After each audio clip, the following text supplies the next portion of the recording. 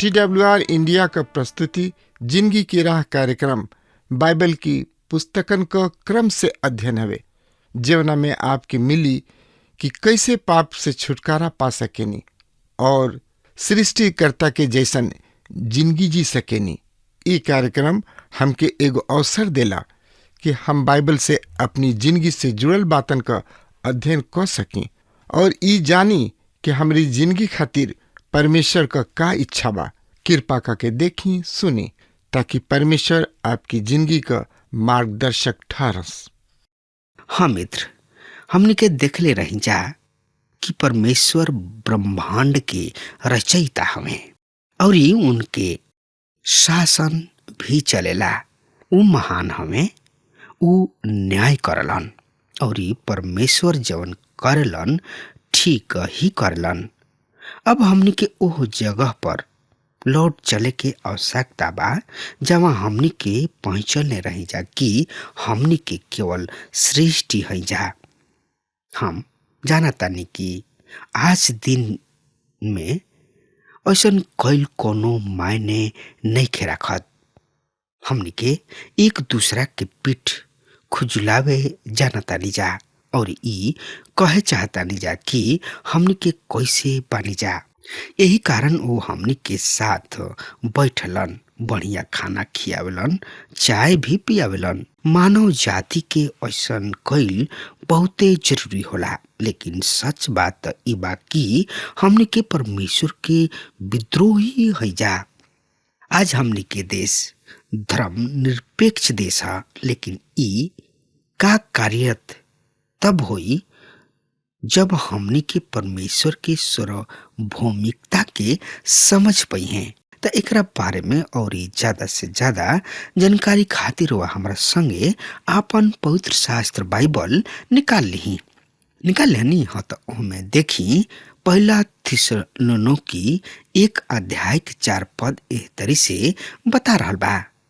पौलुस कहता है, हे भाई लोग, परमेश्वर के प्रिय लोग, हम जानतानी कि तोहनी लोग चुनल लोग हवा, लेकिन परमेश्वर जौना तरी से चाहेलन वही तरी से इस संसार के भी चलावेलन।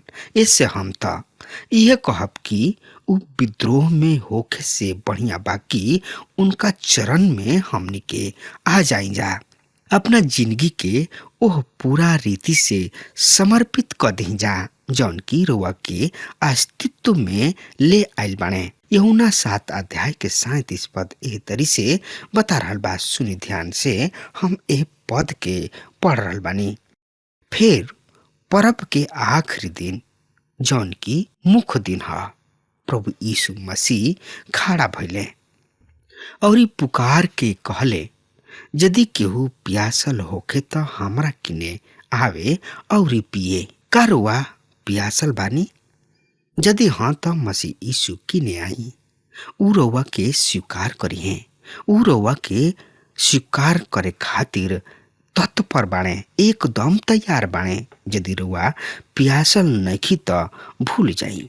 उ आदमी और औरत सब केहू से कहतणे कि चाहे रउआ ले ली या ठुकरा दी।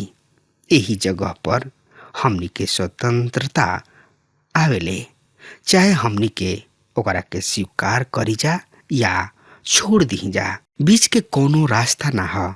हर एगो के अपन खुद के निर्णय लेवे के चाही। तो एकरा बारे में और ज्यादा से ज्यादा जानकारी खातिर रुआ हमरा संगे आपन पवित्र शास्त्र बाइबल निकाल ली। पहला थिस्सलुनीकी 1 अध्याय के 5 पद एह तरी से बता रहल बा।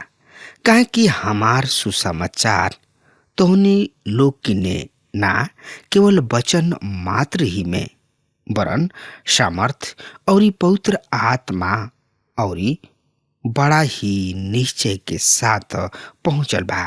काहे कि हमार सुसमाचार तोहनी लोग किने ना केवल वचन ही में, वरन सामर्थ और पवित्र आत्मा और बड़ निश्चय के साथ पहुंचल बा, जिससे कि तू जानता कि हम तोहनी लोग खातिर तोहनी लोग में कैसे बन गइल रहे। पौलुस कहे चाहता कि जब हम तोहनी लोग किने आईनी त एगो साधारण ही मनुष्य रही, आपन जीभ और होठ के कमजोर रही। हमरा किने तोहनी लोग के खातिर देवे के कुछ ना रहे, सिर्फ वचन के सिवा कुछ भी ना रहे।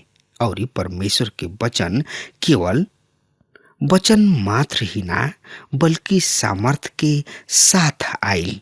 मित्र, हमरा खुशी बा कि हम परमेश्वर के वचन लोग सब के सिखाइना, काहे कि जौन वचन हम बोइना ओकरा के पवित्र आत्मा ले जाके लोगन के दिल में काम करवावेला और लोग सामर्थ पावेलन। एगो औरत लिखली कि जब हम रेडियो सुनिना तो हमार मर्द गारी देला, अनाप शनाप बकेला, लेकिन हम हर दिन रेडियो लगातार सुनिना। रेडियो सुनल हम छोड़ी ना, चाहे उ कतनो गारी गलौज करत रहे।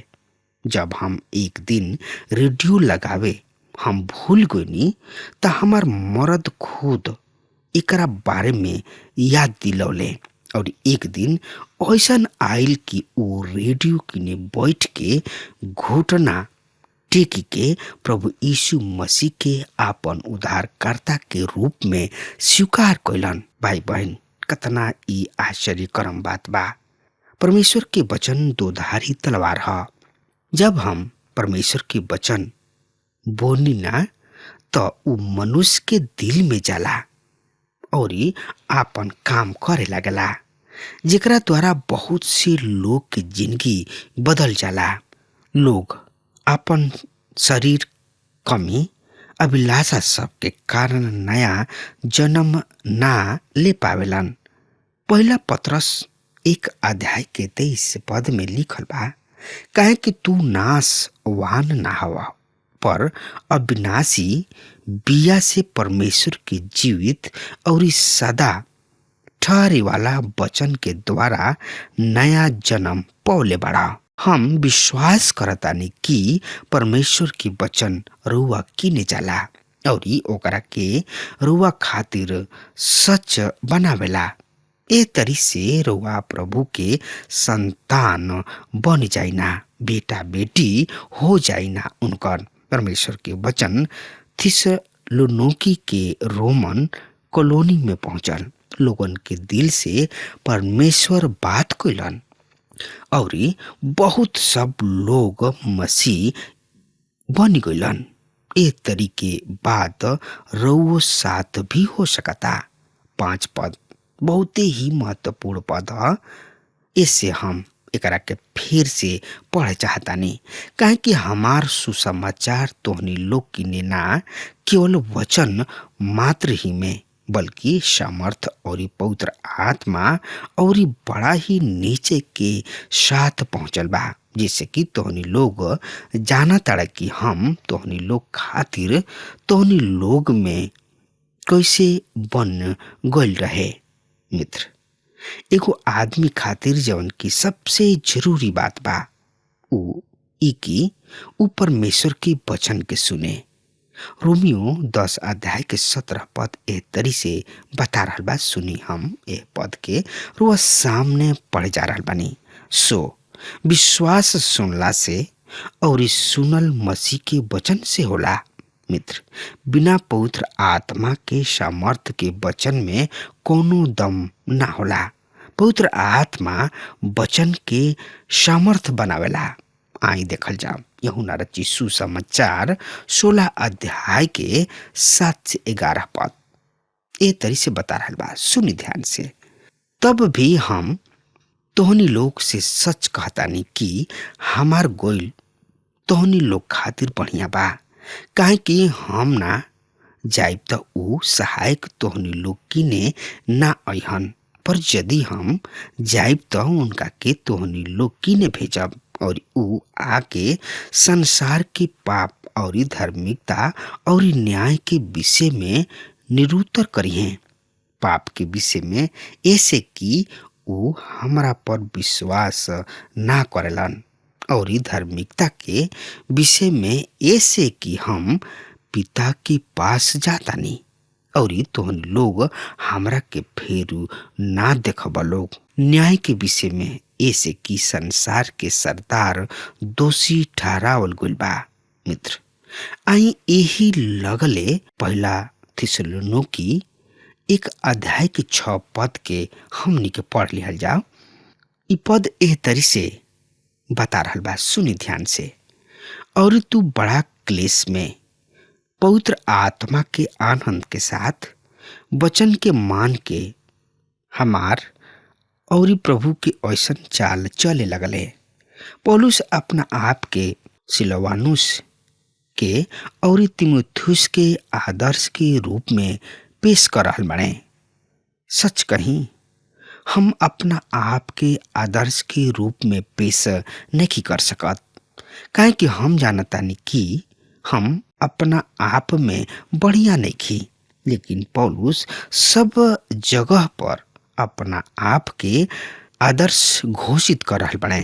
क्लेश और आनंद दूगो शब्द बा और दोनों शब्द के मतलब अलग अलग बा, यानी कि भिन्न बा, और दोनों में दूरी भी बहुत ज्यादा बा, यानी कि आकाश और पाताल के। बहुत ऐसन प्रभु के दास भइले जौन की एक कठिनाई में से होके गइलन और ओहनी लोग के दिल आनंद से भी भरपूर रहे। इस सच्चा विजय है जौन की प्रभु के दास दुखी, लाचार और परेशान रहन, उ भी आनंद के अनुभव कइले। ओहनी लोग हरदम आनंदित भइले। आज के दिन में ऐसन केहू नहीं खे जौन की दुख भी झेलत होके और आनंद भी होके। दूसरा शब्द में कहा जाए, इस युग में ऐसन केहू नहीं खे जौन की दुखी भी होके और आनंदित भी होके। संसार दोनों के एक साथ नहीं खे रख सकत।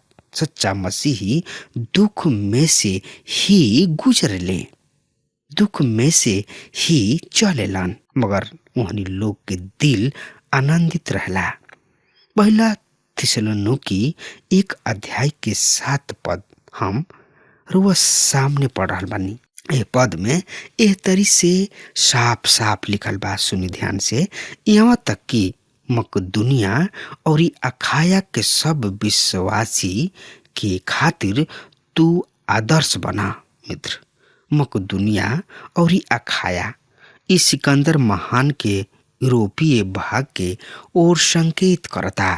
थिस्सलुनीकी के कलीसिया आदर्श कलीसिया रहे।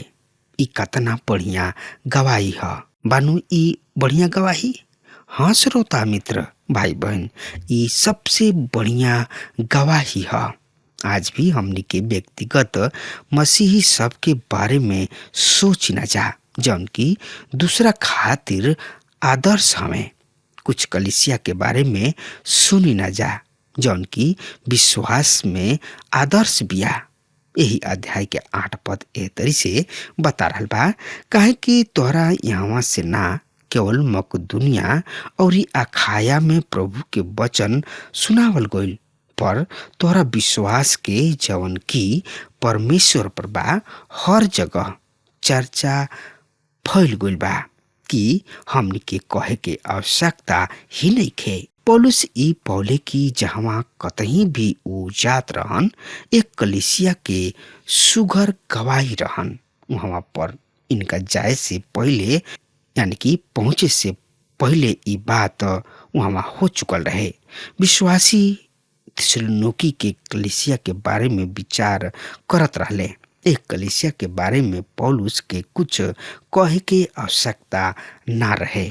पहला थिस्सलुनीकी 1 अध्याय के 9 और 10 पद एह तरी से बता रहल बा। सुन ध्यान से, हम एह पद के पढ़ रहल बानी, काहे कि ऊ आप ही हमरा विषय में बतावेलन कि तोहनी लोग किने हमार आइल कैसन भइल और काहे तू मूर्ति सब से परमेश्वर के ओर फिरला, ताकि तू जीवित और इस सच्चा परमेश्वर के सेवा करा। 10 पद, और उनका बेटा के सड़क से आवे के बाट जो हत रहा जौन की ऊ मुआला में से जिलौले, अर्थात यीशु के, जौन की हमनी के आवे वाला कोप से बचावेलन। हमनी के यह 3 पद में एक कलीसिया के प्रतियुतर के बारे में देख चुकल बानी जा। उ रहे पहला है विश्वास के काम, रुआ कैसे मूर्ति पूजा में जीवित परमेश्वर के ओर लौट आईनी। दूसर का है प्रेम की मेहनत, सच्चा और जीवित परमेश्वर के सेवा। तीसर का है आशा के धीरज, उनका बेटा के आवे के इंतजार। अब हम ए पद के अलग दृष्टिकोण से देखे चाहब। जब पौलुस थिस्सलुनीके के पहुँचले त ना बतौले कि हम मूर्ति पूजा पर संदेश देवे जा रहा बनी, तथा साथ ही साथ दूसर देवी देवता के बारे में भी। लेकिन जब वो वहाँ अइलन तब मसीह यीशु के बारे में प्रचार कैलन और कहले कि हम इनका विषय में विचार करे के चाही। कौना तरी से वहनी लोग मूर्ति पूजा से परमेश्वर की ओर लौट अइलन। हम आज काल सुनी ना कि पश्चाताप उद्धार के खातिर जरूरी है। पश्चाताप और विश्वास दुगो अलग अलग कदम उठावे खातिर है। सच बात ई बा कि ई दोनों एक ही पाकिट में लिपटाइल बा। जब पौलुस मसीह के प्रचार कैलन वो मूर्ति पूजा से परमेश्वर के ओर लौट अइलन। हम चाहतानी कि रुआ कुछ महत्वपूर्ण चीज पर ध्यान दही। जब वो परमेश्वर की ओर लौटले, यह विश्वास के काम, ई काम विश्वास कैलस। यूहन्ना 6 अध्याय के 29 पद में लिखल बा, प्रभु यीशु उनका के जवाब दिहले, परमेश्वर के काम यह कि तू उनका पर जेकरा के ई भेजले बाड़े विश्वास कर लोग। उन्हीं लोग परमेश्वर के ओर लौटले। ई कतना बड़ बात बा कि प्रभु यीशु मसीह के वचन के लोगन के बीच में बोल जाला और पवित्र आत्मा उहाँ काम करला। वो वचन के परमेश्वर के आत्मा सामर्थ्य से भर देला और लोग प्रभु यीशु मसीह के जाने लागले और जान के पछताप करके प्रभु यीशु मसीह पर विश्वास करके उनका के उद्धारकर्ता के रूप में स्वीकार करलन। उन लोग यही तरी स्वीकार ना करलन, इनका बारे में सोचेलन, समझेलन, विचारेलन, तबे प्रभु यीशु मसीह के उद्धारकर्ता के रूप में लोग स्वीकार करला। असही ना उनका के केहू स्वीकार कर लेला, ठोक ठेठा के जान लेले कि इहे उद्धारकर्ता प्रभु यीशु मसीह हमें। अगर हमर बात रुआ तक पहुँच रहल बा तो आज वे यही घड़ी प्रभु यीशु मसीह के ने आई और अपना आप के प्रभु यीशु मसीह के हवाले कर दही। काहे कि प्रभु यीशु मसीह दया के सागर हमें, चाहे राउर कतनो बड़ पाप, कतनो करिया पाप काहे ना होके, प्रभु यीशु मसीह अपना खून से धो के उजर कर दही।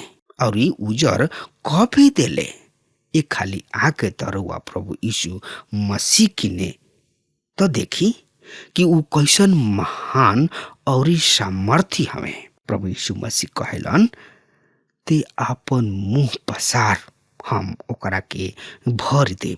श्रोता मित्र भाई बहन, कबो रउआ प्रभु यीशु मसीह से कहले बानी या कबहू प्रभु यीशु मसीह से कोनो चीज के मंगले बानी? मित्र, अगर हमार बात रउआ तक पहुँच रहल बा, अगर वह बीमार बानी या परेशान बानी या कोनो तकलीफ में बानी या दू नाव पर चढ़ल बानी, तो प्रभु यीशु मसीह की ने आई विश्वास के साथ और प्रभु यीशु मसीह से कहीं, प्रभु हम इस समस्या में बानी, प्रभु हम ए स्थिति में बानी, प्रभु हम एह परेशानी में बानी, प्रभु हमारा पेट में दर्द बा, प्रभु हमारा पैर में गोड़ में दर्द बा। तब प्रभु राउर प्रार्थना सुन के पक्का जानी उत्तर दी है और रउआ ठीक हो जाए। लेकिन ये सब कब होई? जब रउआ प्रभु यीशु मसीह पर पूरा तरी से विश्वास करब तबे होई, ना तो ये असंभव बा। मित्र, हमार बात मानी और प्रभु यीशु मसीह के ग्रहण करी और प्रभु यीशु मसीह के साथ चली। प्रभु यीशु मसीह पवित्र हमें और उनकर बेटा बेटी के भी पवित्र होके के चाहिए, काहे कि प्रभु कहलन जिससे हम पवित्र बानी वैसे ही हमारो लोग पवित्र होके, हमार बेटा बेटी पवित्र होके, तबे उ ग्रहण करेलन, ना तो उ ना करी है। जब तक रुआ पाप से पछताप ना करब तब तक रुआ ओ स्वर्ग में प्रवेश ना कर सकब। सुन लेनी हमार बात? हाँ, तो ध्यान दही और एकरा पर अमल करी और प्रभु के साथ चली। अब हमार समय खत्म हो रहा बा, तब तक खातिर हुआ हमरा के आज्ञा दी। परमेश्वर रुआ के बहुते बहुते आशीष देस। आमीन। हमके विश्वास बा कि ई कार्यक्रम आप सब खातिर फायदेमंद सिद्ध भइल हुई। हम चाहतनी कि आप सब अपन अपन आशीष हमरों से बांटी। अगर आप सबके लगे बाइबल से चाहे आपकी निजी जिंदगी से क्यों सवाल होके, चाहे क्यों समस्या खातिर प्रार्थना करावे चाहतनी, तो हमारी फोन नंबर पर जरूर संपर्क करें। परमेश्वर आप सबके बहुत आशीष प्रदान करें और आज का दिन आप खातिर सुखद बनावे।